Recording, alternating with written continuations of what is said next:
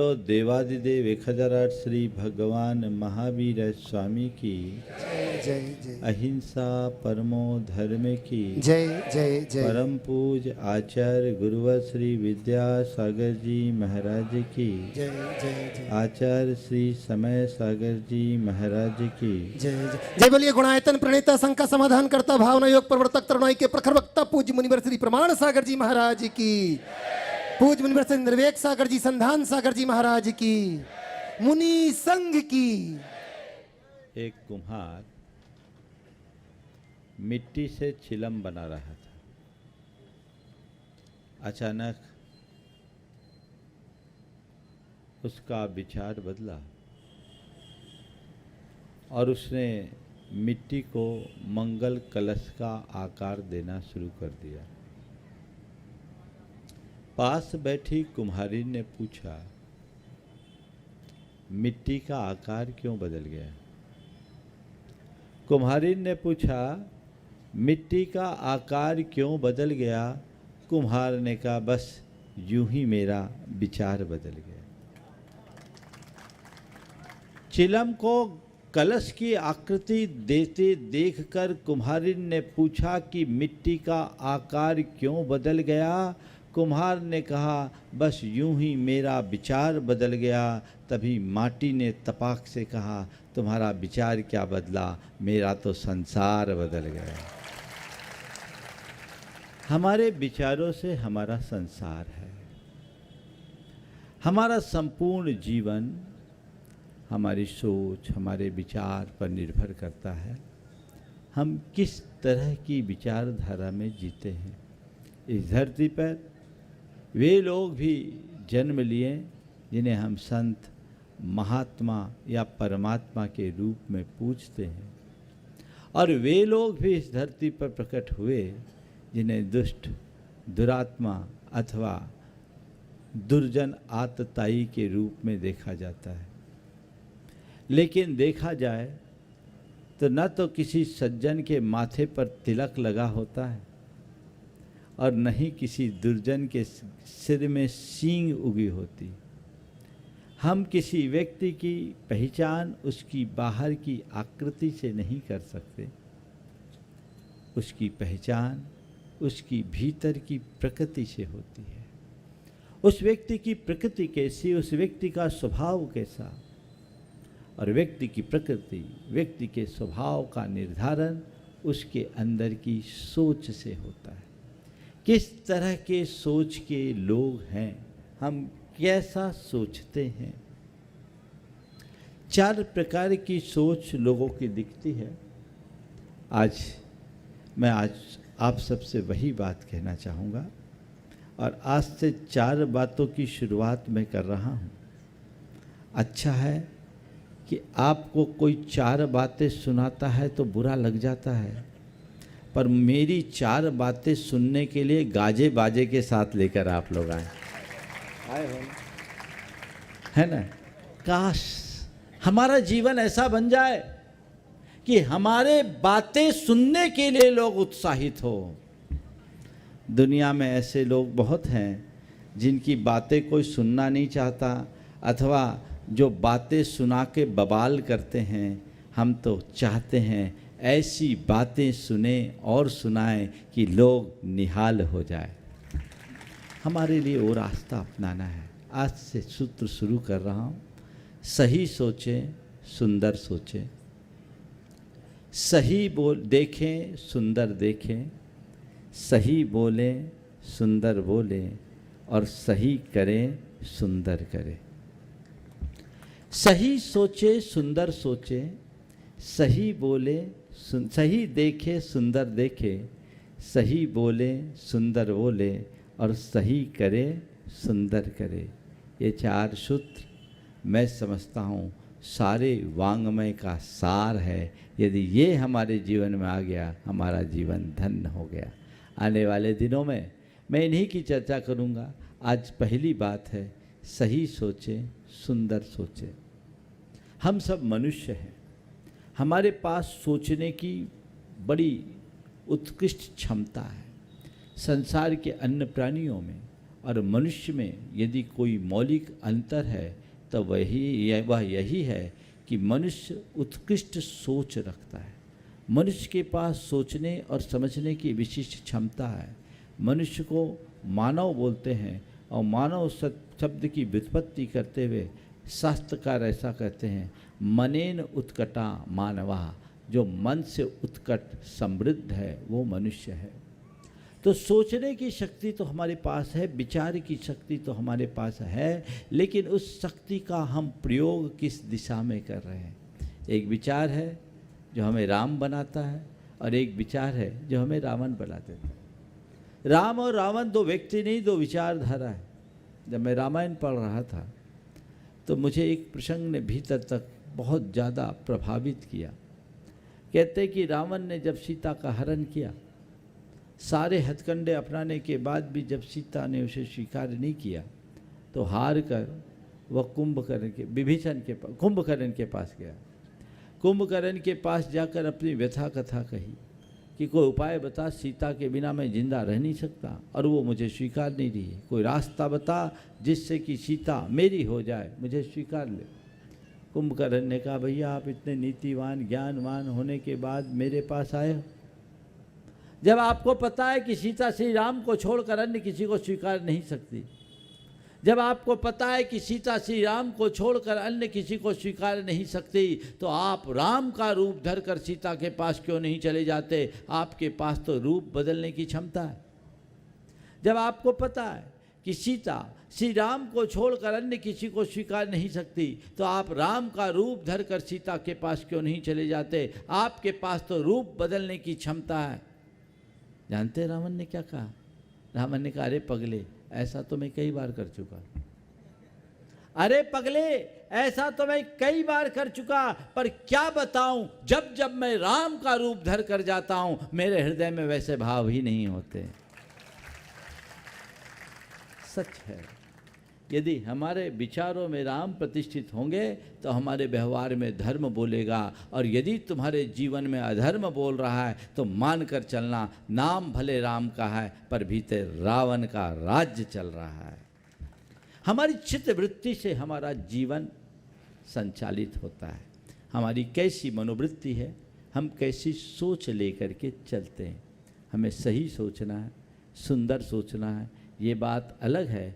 हर व्यक्ति अपनी सोच को सही सोच मानता है, अपनी सोच को सुंदर सोच मानता है। कोई अपने आप को गलत नहीं मानता, बल्कि हर जगह सही मानते हुए अपने आप को सही साबित करने की कोशिश भी करता है। अच्छी बात है, हम अपने आप को चाहे जैसा साबित क्यों ना करें, पर हमारे साबित करने से कुछ नहीं होगा। हमें तो ये देखना है कि मेरे सोच का स्तर क्या है। 4 प्रकार की सोच है। एक है भौतिक सोच, दूसरी है व्यावसायिक सोच, तीसरी है व्यवहारिक सोच, और चौथी है आध्यात्मिक सोच। भौतिक, व्यावसायिक, व्यवहारिक और आध्यात्मिक। अपने सोच को देखना, मेरे सोचने का तरीका क्या है। जहाँ तक भौतिक सोच है, जिन लोगों की भौतिक सोच है उनके जीवन का एक ही मकसद है, मौज मज़ा और मस्ती। इसके अलावा उनके जीवन का और कोई लक्ष्य नहीं। उनके जीवन का एक ही मकसद है, जब तक जियो सुख से जियो, कर्जा लो और घी पियो, है ना। यावत जीवे सुखी जीवे, ऋणम कृत्वा घृतम पिबेत, भस्मीभूतस्य देहस्य पुनरागमनम कुतः। ये सोच बहुत अच्छी सोच नहीं है। ऐसे लोग अपने दृश्य जीवन को ही सर्वस्व मान करके चलते हैं और अपने इस भौतिक जीवन को संपुष्ट करने में अपना सब कुछ झोंक देते हैं। आने वाले समय में उनका भविष्य अंधकार में होता है। वो उनका एक ही लक्ष्य है वह है पदार्थ और पदार्थ जन्य भोग। और ऐसे लोग एक प्रकार के मृग तृष्णा की अंधी दौड़ में दौड़ दौड़ कर अपना दम तोड़ देते हैं। वे कहीं पहुंचते नहीं, पूरे जीवन दौड़ते हैं। उनके लिए आत्मा अनात्मा, धर्म अधर्म, पुण्य पाप, स्वर्ग नरक से कोई मतलब नहीं होता। उनका केवल एक ही मकसद है, मस्ती ही मस्ती, मौज ही मौज, सुबह शाम दिन रात, रोज ही रोज, और कुछ नहीं। अपने मन को टटोल कर देखना, कहीं मैं इस श्रेणी का व्यक्ति तो नहीं हूँ। जिस व्यक्ति की सोच भौतिक होती है वह केवल अपने अपने अपने बारे में सोचेगा, उसे और किसी से कोई प्रयोजन नहीं है। वो व्यक्ति अंध स्वार्थी भी बनता है। वो व्यक्ति भरोसे का नहीं होता, उसका चित्त बड़ा संकीर्ण और अनुदार होता है। अपने मन को टटोल कर देखो, क्या है तुम्हारी सोच। आपके लिए छोड़ रहा हूँ। मैं समझता हूँ इस बात को आप ज़्यादा अच्छे से समझ सकोगे। अपना अंतर विश्लेषण करो, दूसरों का मत करना। हम लोगों के स्वभाव में एक विशेषता आ गई है कि हम लोग हमेशा थर्मामीटर दूसरों पे लगाते हैं, खुद पे लगाने की कोशिश नहीं करते। दुनिया में तुम किसी का बुखार नापने के लिए थर्मामीटर लगा लेना चलेगा, लेकिन अपने अंतर मन को मापने के लिए तो तुम्हें खुद ही प्रयास करना पड़ेगा, कोई दूसरा नहीं कर सकता। अपनी सोच का लेवल हमें खुद देखना है। दूसरा है व्यावसायिक सोच। व्यावसायिक सोच जहाँ केवल अपने लाभ की बात हो। आप लोग दुकान चलाते हैं, व्यापार करते हैं। व्यापार किस लिए करते हैं? समाज सेवा के लिए कि पैसा कमाने के लिए? बोलो। व्यापार सदैव लाभ की भावना से किया जाता है। जो भी आदमी व्यापार करता है पहले कैलकुलेशन करता है, हम कितना लगाएंगे तो कितना पाएंगे, पाने के लिए लगाया जाता है। ये बात अलग है कि कई बार पाने के लिए लगाते हैं और गांठ का गंवा देते हैं। और ऐसा वही लोग होते हैं जो जल्दी और ज़्यादा पाने के लालच में फंसते हैं। इंस्टेंट जो चाहते हैं ना, उनको गांठ का गंवाना पड़ता है। जल्दी और ज़्यादा पाने के लालच में व्यक्ति को हमेशा नुकसान उठाना पड़ता है। व्यावसायिक सोच व्यापार के लिए सही मानी जा सकती है, क्योंकि बिना ऐसी सोच के व्यापार नहीं कर सकते। व्यापार में कैलकुलेशन चाहिए। लेकिन मुश्किल तो तब होती है जब लोग अपने पूरे जीवन को ही व्यापार बना देते हैं। हर काम में कैलकुलेशन, सब चीजों में वही हिसाब किताब, तो मामला गड़बड़ हो जाता है। एक सज्जन मुझसे जुड़े, ज़्यादा धर्मी नहीं थे, पैसा बहुत था। जब मेरा जाना हुआ, मेरे आगे पीछे हुए, जुड़े, काफ़ी दान भी किया। उनका एक मित्र था जो धार्मिक था, अच्छे से जुड़ा हुआ था। उसने एक दिन उससे पूछा, क्या बात है भाई, तुम में तो बहुत बड़ा परिवर्तन आ गया, तुम तो महाराज से बहुत अच्छे जुड़ गए। बोले भैया छोड़ो धर्म अरम परिवर्तन की बात, अब हम सोच रहे अब महाराज से नहीं जुड़ेंगे तो कैसे काम चलेगा। बोले क्या हो गया? बोले 3 बेटियां हैं, संबंध करना है। महाराज बहुत ग्लैमरस है, अच्छे अच्छे लोग महाराज के आगे पीछे होते हैं, महाराज के साथ जुड़ेंगे तो अपने आप संबंध का ऑफर आएगा। अब बोलो, उस भाई ने मुझे आगे बताया। अब समाज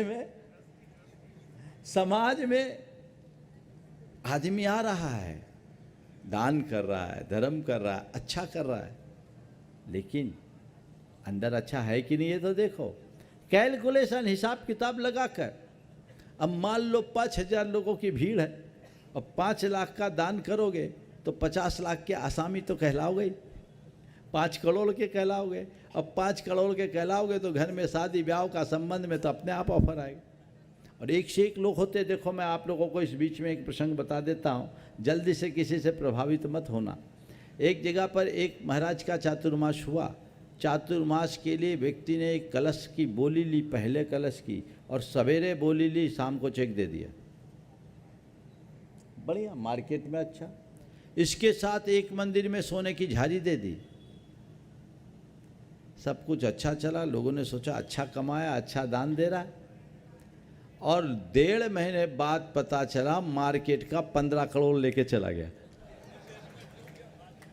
अब बोलो, ये दान है या व्यवसाय? भी इसको कहने में मुझे संकोच हो रहा है। ये तो जालसाजी है, फर्जीवाड़ा।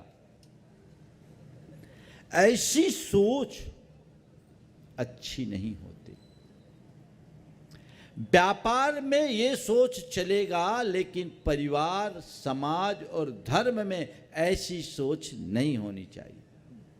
आजकल तो परिवार में भी यही हाल होता है, गिव एंड टेक, है ना।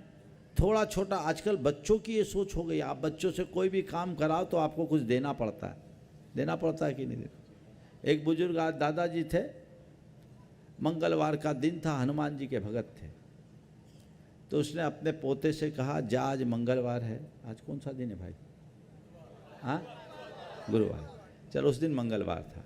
तो बोला, जा आज मंगलवार है, ये एक सिक्का तुम हनुमान जी के गुल्लक में डालिया, मेरे को कुछ पुण्य मिलेगा।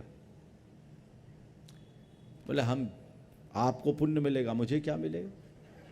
आप मुझे भी कुछ दो।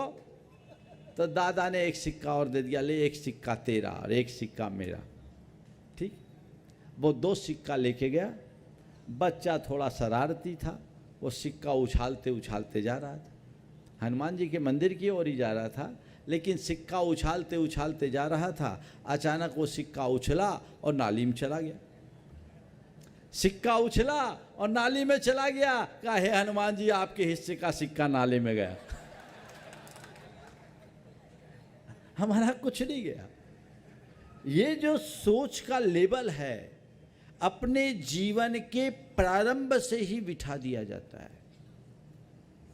2 शब्द है, एक है अच्छा और बुरा, एक है अच्छा और बुरा, और एक है लाभ और हानि। व्यापार लाभ और हानि को देखकर किया जाता है, व्यवहार अच्छे और बुरे के ख्याल से किया जाता है। हमारा व्यवहार कैसा है? अगर परिणाम बुरा है तो लाभ को भी नुकसान समझना चाहिए, और परिणाम अच्छा है तो हानि में भी लाभ देखना चाहिए। जीवन का दृष्टिकोण ये है। तो दूसरे लेवल की सोच है व्यावसायिक सोच। तुम व्यापार करो, उसमें तो तुम लोग मास्टर हो, मुझे बताने की जरूरत नहीं। लेकिन व्यापार भी व्यापार की नीति से करो। 4 बातें तुम्हारे लिए उसमें भी दे देता हूँ, पहले दिन से काम की होगी। और तुम लोगों को जब धंधे की टिप्स मिलती हैं तो तुम लोगों को ज़्यादा अच्छा लगता है। व्यापार करना, हमारे शास्त्रों में व्यापार की नीति के लिए 4 बातें कही गई है, जो अंकित कर लेना, खुद भी और अपने बच्चों को भी कहना। कभी ओवर एस्टिमेट काम मत करना। ओवर एस्टिमेट कभी काम मत करना। गुरुदेव का हाइकू है, मुकद्दर है उतनी ही चद्दर, पैर फैलाओ। जितनी चादर उतना पैर। ओवर एस्टिमेट काम करने वाले बर्बाद हो जाते हैं। कई लोग हैं क्षमता से बाहर काम करते हैं, और आजकल के यंगस्टर्स बहुत ऐसा कर रहे हैं। अच्छे अच्छे कंसल्टेंट होते हैं, प्रोजेक्ट रिपोर्ट बना के देते हैं, सब्ज बाग दिखाते हैं, वो कैलकुलेशन करते हैं, ऐसे में ऐसा, ऐसे में ऐसा, ऐसा में ऐसा, और एक टेक्निकल पेंच फंसती है, सारा सपना बिखर जाता है, टूट जाता है, बल्कि अपने आप वजन से लद जाते हैं। मैं ऐसे ऐसे लोगों को जानता हूँ जो कभी 5-5, 700 करोड़ की कंपनियों के संचालक थे, आज उनकी स्थिति ऐसी, सब बर्बाद हो गया। 10-20 हज़ार रुपये के लिए भी मोहताज हैं। समय नहीं है इसलिए मैं ज़्यादा डिटेल में नहीं बताऊंगा, लेकिन ओवर एस्टिमेट काम कभी मत करना, समझ गए। दूसरी बात, त्वरित लाभ की बात कभी मत सोचना। शॉर्ट टर्म गेन करके जो व्यापार करते हैं वो स्थायी सफलता नहीं पाते। लॉन्ग टर्म, इंस्टेंट नहीं, एक एक करके 1000 सीढ़ी चढ़ो, एक साथ 100 सीढ़ी चढ़ने की कोशिश कभी मत करो। ये जीवन की बहुत अच्छी बात है, इसे अंकित कर लेना। त्वरित लाभ नहीं देखना, समझ गए। धीरे धीरे धीरे। तीसरी बात, जब नुकसान होने लगे तो समझना मेरा दिनमान खराब चल रहा है। लगातार नुकसान पे नुकसान होने लगे तो समझना अभी दिनमान खराब चल रहा है, अपना ट्रांजैक्शन रोक देना। प्राय लोगों को लॉस होता है और अपने लॉस को कवर करने के लिए बड़े गेम खेलते हैं और गड्ढा भरने के चक्कर में खुद गड्ढे में दफन हो जाते, निकल नहीं पाते। ये शास्त्र के वचन में कह रहा हूं, मैं अपनी बात नहीं कर रहा, नीति वाक्यामृतम ग्रंथ में लिखा है। ओवर एस्टिमेट काम मत करना, त्वरित लाभ की चाह मत करना, लगातार नुकसान पर नुकसान होने लगे ट्रांजैक्शन बंद कर देना। और चौथी बात, जो कर्ज चुकाने के लिए कर्ज ले उसे कर्ज मत देना। डूबते नाव की सवारी मत करना। और आप लोग लालच में फंसते हैं, अच्छा ज़्यादा ब्याज दे रहा है, दे दो रकम और अपनी पूरी पूंजी लगा देते हो, वो खुद डूबता है, सबको डुबा बैठता है। देख लो, जो ज़्यादा बाजार से ले रखा है वो तुम्हें डुबाएगा, सड़क पर ला देगा। ये चारों बातें व्यापार की नीति में अपना लोगे, कभी फेल नहीं हो पाओगे। भले आगे नहीं बढ़ पाओ, पीछे नहीं जाओगे। तो व्यापारिक सोच व्यापार के लिए चलेगा, जो लाभ और हानि के देख करके किया जाता है। लेकिन तीसरे स्तर की सोच है, वह है व्यवहारिक सोच। व्यवहार में लाभ हानि बिल्कुल मत देखना, व्यवहार में अच्छा और बुरा देखना।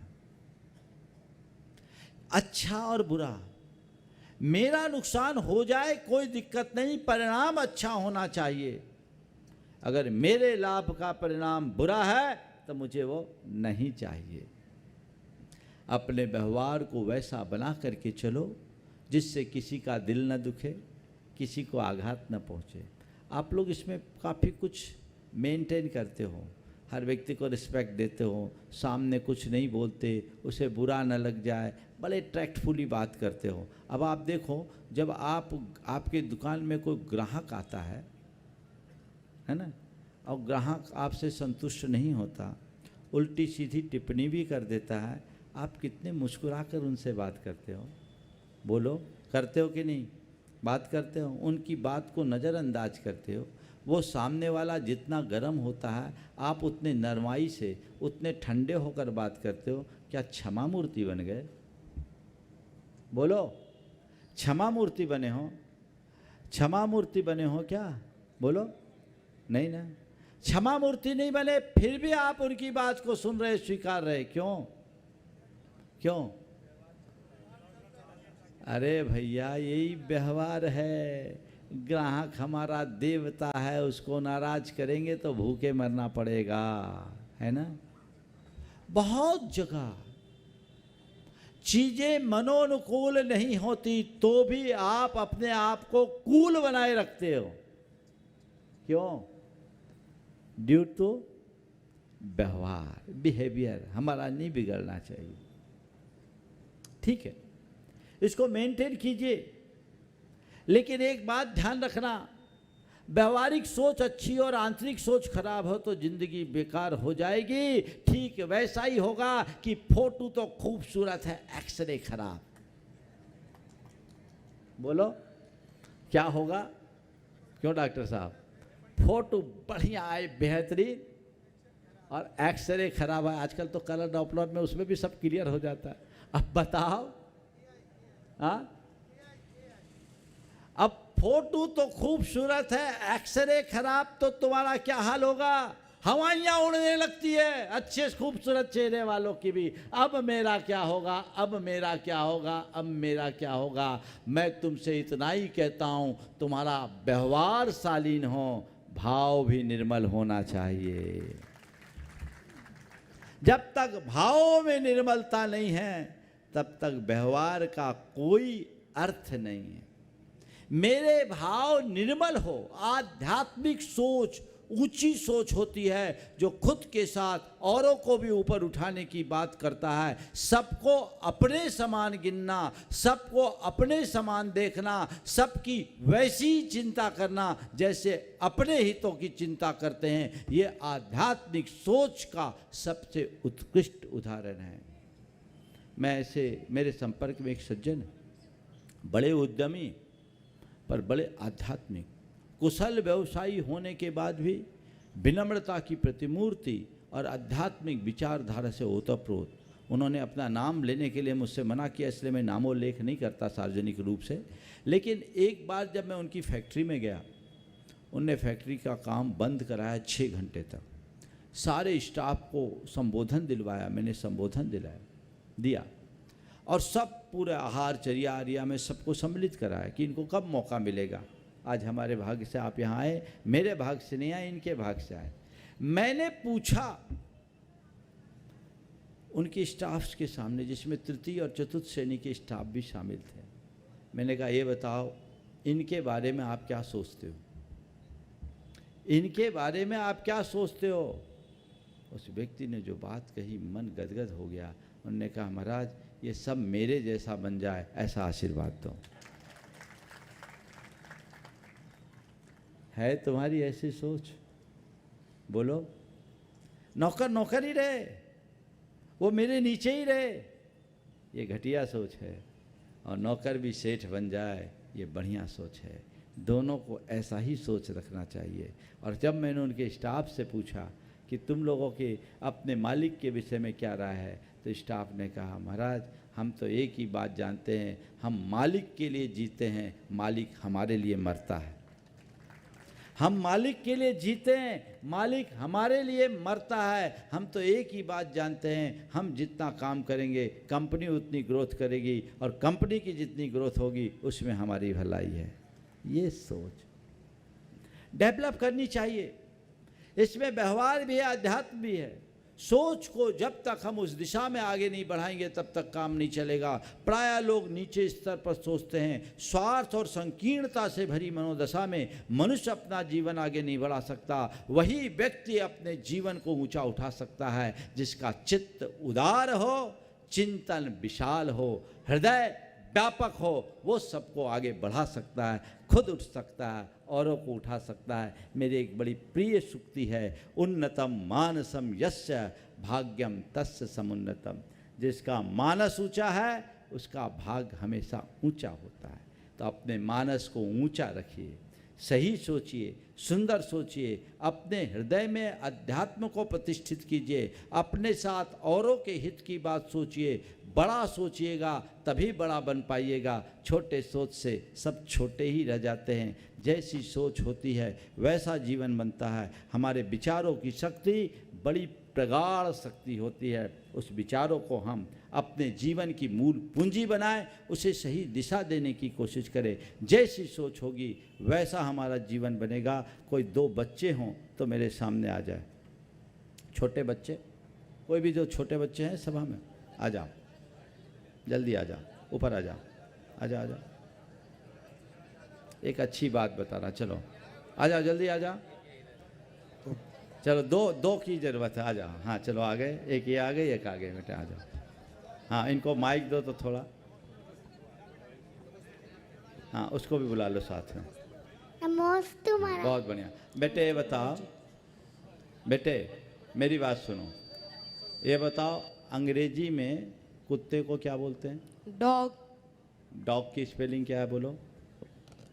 DOG। DOG है ना? DOG मतलब क्या हुआ? बोलो बोलो, माइक लो तुम। डॉग। डॉग मतलब? कुत्ता। अच्छा, इसको पलटो तो बेटे क्या होगा? DOG को पलटो तो क्या बोलेंगे? पलट के बोलेंगे तो क्या बोलेंगे? गॉड। पलट के बोलो ना, DOG को क्या बोलोगे? जी जी GOD।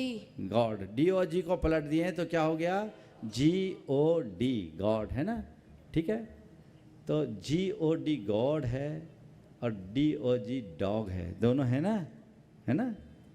बस मैं इतना ही कहूँगा, सीधी सोच रखोगे तो GOD गॉड बनोगे, और उल्टी सोच करोगे तो DOG डॉग बन जाओगे। दोनों चीज़ें हमारे ऊपर निर्भर। बैठ जाओ। GOD गॉड और DOG डॉग। अब हमें क्या करना है? DOG से क्या बनना है? GOD। सोच की दिशा बदलनी है। जैसे ही हमारी सोच की दिशा बदली, हमारा जीवन बदल जाएगा और हम अपने आप को आगे बढ़ाएंगे। आज भोपाल में आप सबके बीच पुनः आने का योग बना। टाइम है, टाइम है, टाइम है। मुझे ध्यान है, मुझे ध्यान है। आप चिंता नहीं करो, भरपेट मिलेगा। तो सोच हमारी सब कुछ है। आज एक लंबे अंतराल के बाद आप सबके बीच आना हुआ। ये आप सबका सौभाग्य है। जिसकी कल्पना भी नहीं थी वो सब साकार हो रहा है। पिछली बार जब यहाँ आए थे 19 साल के अंतराल में, बल्कि और 2000 के बाद 19 साल के अंतराल में। अरे सुनो तो पूरी बात, पिछली बार की बात कर रहा हूँ, अभी की बात नहीं कर रहा। तब आप लोगों ने बहुत भाव भक्ति की अभिव्यक्ति की थी और उस समय पूरा शहर लाभान्वित हुआ था, सब लोगों ने लाभ लिया। अभी ये योग बन गया, ये निश्चित आप सबके परम पुण्योदय से बना। जब सम्मेद शिखर जी से निकलना हुआ था तो मन के किसी कोने में ऐसा कोई विचार नहीं था कि मुझे मध्य प्रदेश में रहना है। लेकिन आप सबका ये सौभाग्य कि हमारी गाड़ी इधर मुड़ गई और मध्य प्रदेश में ही नहीं, मध्य प्रदेश की राजधानी तक पहुंच गई। आज आप लोगों ने जिस श्रद्धा और भक्ति की अभिव्यक्ति की, जिस तरह की श्रद्धा भक्ति भाव यहाँ प्रदर्शित किया, इसने इस बात को प्रमाणित कर दिया कि आप लोगों के हृदय में धर्म के प्रति, गुरु के प्रति श्रद्धा कूट कूट करके भरी। ये भावना उत्तरोत्तर बढ़ती रहे, जीवन को आगे बढ़ाएं। अभी आप सबको पता है हमारी गाड़ी का गंतव्य कुछ और भी हो सकता है, पक्का तो नहीं है, हाँ, पर अभी तो आज तो चौक धर्मशाला है ही, उसमें कोई संशय नहीं। पर मैं इतना ही कहूँगा, जब हमारे पास समय रहता है, बैठो तो तुम्हारी बात कर रहा हूँ, बैठ तो जाओ, बैठो बैठो, भी तुम्हारी बात कर रहा हूँ। जो बात मैं कहना चाह रहा हूँ सुनो तो, तुम्हारे मतलब की बात, कि जब हमारे पास समय रहता है तो आराम से टेस्ट मैच चलता है, बीच का समय होता है तो वनडे होता है, और थोड़ा कम समय हो तो 2020 होता है। अभी तो 2020 के मोड का ही आनंद लीजिए और उसमें भरपूर भरपूर रस लेने की बात है। मुझे पता नहीं मैं आपके बीच कब तक हूँ, लेकिन ये मान करके चलिए जब तक आपका पुण्य होगा तब तक आपके बीच हूँ। आप लोग सोच रहे महाराज तो आए और जाने की बात कह रहे, मैं जाने की बात कहाँ कह रहा हूँ, मैं तो आने की बात कह रहा हूँ, है ना, आने की बात कह रहा हूँ। और मैं ये मानता हूँ मैं आया हूँ तो अपनी मर्जी से नहीं आया हूँ, और ये भी तय है जाऊँगा तो अपनी मर्जी से नहीं जा पाऊँगा।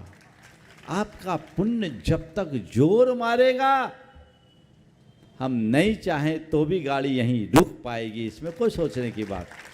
आप तो अपने पुण्य को प्रगाढ़ बनाइए, पर दो बातें आज के इस मंच से मैं कहूँगा कि भोपाल की जनता को परम पूज्य गुरुदेव का खूब आशीर्वाद प्राप्त हुआ है और गुरुदेव ने भोपाल वालों को खूब खूब दिया है कि नहीं दिया? थोड़ा हाथ उठा के तो बोलो, दिया है। तो गुरुदेव का आशीर्वाद आप सबको मिला है, उनकी वरदानी छाया आप सब पर आज भी बरस रही है। अब पूरे भोपाल जैन समाज की एक बड़ी जिम्मेदारी है कि गुरुदेव ने जो काम भोपाल के लोगों को सौंपा है उसे आपको पूरा करना है। हबीबगंज के उस जिनालय को शीघ्राति शीघ्र भव्य स्वरूप प्रदान करना। चला दो आप सबकी अनुमोदना के साथ। चलो चला चला चला।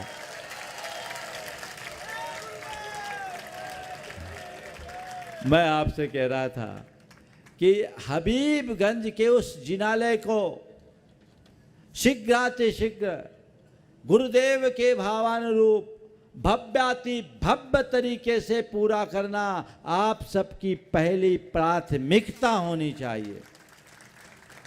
और यहाँ उपस्थित लोग और जो नहीं आ पाए घरों में बैठ के सुन रहे उन सबको मैं संदेश देना चाहता हूँ, आज से तय कर ले कि जब तक उस मंदिर का कलशारोहण नहीं होगा, कुछ नहीं करना। तुम लोगों को एक छोटा सा टास्क दे रहा हूँ, मनोज सुन लो। जब तक उस मंदिर का कलशारोहण नहीं होगा तब तक के लिए सारे भोपाल वासी एक छोटा सा संकल्प ले ले कि हम अपनी आमदनी का 5% हबीबगंज को समर्पित करेंगे। तुम्हारा मंदिर बन जाएगा, किसी के आगे हाथ फैलाने की जरूरत नहीं है। आप लोग तैयार हो मेरी बात से? इतनी धीमी प्रतिक्रिया क्यों? जोर से तो बजाओ। कितने लोग हैं इस सभा में जो आज दोनों हाथ उठा के संकल्प लेंगे कि हबीबगंज के प्रोजेक्ट को पूर्ण होने तक, जब तक वहाँ का काम पूरा नहीं होगा, हम अपनी आमदनी का 5% वहाँ के लिए समर्पित करेंगे? हाथ उठाइए, सब उठाइए। महिलाएं नहीं उठा रही, महिलाएं अपने पॉकेट मनी का 5% करें। उठाइए जल्दी से भाई, पति पर तुम्हारा जो नहीं, पूरी महिलाओं का हाथ उठना चाहिए।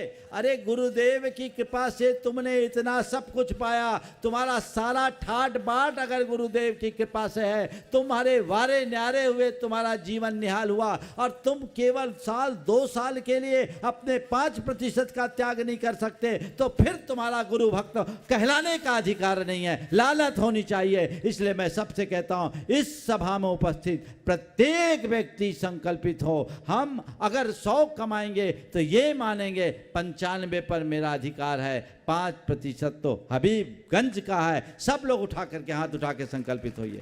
सबको कवर करो। अभी पूरी महिलाएं नहीं उठा रही, उठाओ दोनों हाथ, पूरे हाथ उठना चाहिए। कवर करो भैया, अच्छे से एकदम उठा के रखो पूरा देश। मनोज अब चिंता मत कर, मंदिर बन जाएगा, आलीशान मंदिर बनेगा। छोटा सा काम है, हमें जने जने को कहने की जरूरत नहीं पड़े। तुमसे कोई मांगने आए और तब तुम दो तो तुम्हारा पुण्य आधा है, तुम बुला करके दो तो तुम्हारा पुण्य पूरा है।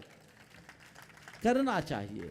गृहस्थों को अपनी आय का कम से कम 10% का दान करना चाहिए। और 10% में अभी ठीक है, तुम्हें दुनिया में जहाँ करना है करो, मैं मना नहीं करता।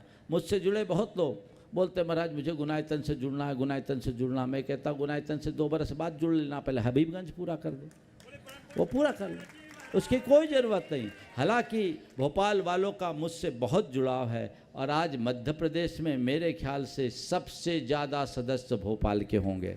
पूरा डिटेल तो मुझे नहीं मालूम, ये लोग ही बताएंगे, लेकिन बहुत लोग जुड़े और बहुत लोग जुड़ना भी चाहते हैं। मैं तो ये कहता हूँ वहाँ भी जुड़ जाना, पर पहली प्राथमिकता में अभी हबीबगंज को करना। 5% वहाँ देना, 5% पूरे देश में लगा देना, 10% तो कम से कम निकालना ही है, क्योंकि 100 कमाया है तो 90 पर ही तुम्हारा हक है, 10 पर तुम्हारा हक नहीं।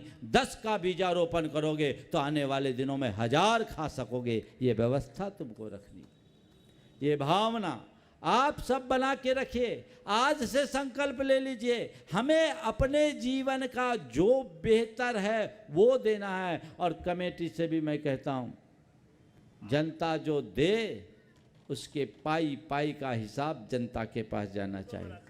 एकदम पारदर्शिता होनी चाहिए, समय समय पर सारी सूचनाएं जानी चाहिए और जनता को जो आप कमिटमेंट करे उसे फुलफिल करे। समय कमेटी ये तय करे कि हम मंदिर कितने दिन में पूरा करेंगे, ताकि समाज भी उसको तय कर ले कि हमें कितने दिन में अपना टारगेट पूरा करना है। जल्दी से जल्दी हो और गुरुदेव के भावानुरूप पूरे संघ की उपस्थिति में उसकी भव्यतम प्रतिष्ठा हो।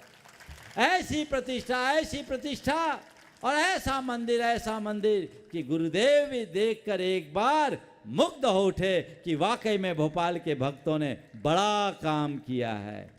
ये जिम्मेदारी आपकी है। कमेटी कोई भी हो, आना चाहिए, बिल्कुल आ जाओ। जिसकी घोषणा है इसके लिए तो मैं 1 घंटा बैठने को तैयार हूँ, कोई बात नहीं है ना। चलो बहुत बढ़िया। बिल्कुल गुणायतन के ट्रस्टी हैं प्रकाश जी, अपने सिखी सेवनिया की, ठीक है। इन्होंने जो राशि अपनी घोषित की है ये टोकन है। अपनी एक लक्ष्य रखो कि जब तक मंदिर का कलशारोहण नहीं होगा मैं अपनी आय का 5% दूंगा। आपने संकल्प लिया। प्रकाश जी सूखी से बनिया जो कि गुणायतन के ट्रस्टी हैं, इन्होंने 1,11,000 रुपए की राशि हबीबगंज मंदिर के लिए समर्पित की है। जोरदार ताली बजाकर उनका अभिनंदन करते हैं। ऐसे ही ये शुरुआत है, लोग आगे आके देंगे। कमेटी तत्परता से जुड़कर ये काम करे और आगे बढ़ाए। मैं तो ये कहता हूँ, अभी हम कब तक है मुझे पता नहीं, पर कमेटी से कहता हूँ जल्दी बनाओ और पूरे संघ को बुलाओ जिसमें हम भी शामिल हो और सबको आनंद आए। ऐसा प्रयास करना चाहिए। इसके लिए कमेटी को तत्परता से जुड़ने की ज़रूरत है। आज पहला दिन है, आप सबके बीच यहाँ आए। यहाँ के बाज़ार से जुड़े हुए लोग, उनने बहुत बड़ा त्याग किया आपकी सुविधा के लिए। सब कुछ उनने अपना प्रतिष्ठान तक रोका। और पंजाबी, क्या नाम है उनका, सुनील पंजाबी भाई ने तो अभी बहुत ही भावना के साथ मुझसे यहाँ कह रहे थे महाराज शाम का संघ का समाधान यहीं हो। हम बोले भैया दूसरों को परेशान करके मैं संघ का समाधान नहीं कर सकता, लेकिन मुझे बहुत प्रसन्नता है कि उन्होंने आकर के निवेदन किया है। तो आज का संघ का समाधान इसी मंच से होगा और वो ठीक 6 बजे आरंभ हो जाएगा, ताकि 7 बजे के बाद हम यहाँ से चौक जा सके। और शाम के बाद कल का क्या कार्यक्रम होगा उसकी सूचना शाम के संघ का समाधान में आप सबको दे दी जाएगी। हम सब लाभान्वित हो। आने वाले यहाँ आज पूरे प्रशासन ने, नगर निगम प्रशासन ने, महापौर भी खुद भी आई थी और पुलिस प्रशासन ने भी जो भाव प्रकट किए। मैं तो भोपाल के जन जन की भावनाओं से परिचित हूँ। आप लोगों ने जो श्रद्धा भावना प्रकट की है, सभी को मैं आशीर्वाद देता हूँ कि इसी तरह अपनी भावनाएं बनाए। और हमारे साथ जो बिहार में चल रहे युवा हैं उनको भी मैं आशीर्वाद देता हूँ कि इसी तरह अपनी श्रद्धा भावना को बनाते हुए आगे बढ़ते रहें और जीवन का क्रम इसी तरह निखरते रहे। आने वाले 21 जून को अंतर्राष्ट्रीय योग दिवस है। उस योग दिवस को हमें भावना योग के बहुत भव्य स्वरूप के साथ संपन्न करना है। उसकी सूचना भी आप सबको शाम को यहीं पर दे दी जाएगी। आप समय पर आकर उसका लाभ लेंगे। अभी मैं यहीं पर विराम ले रहा हूँ।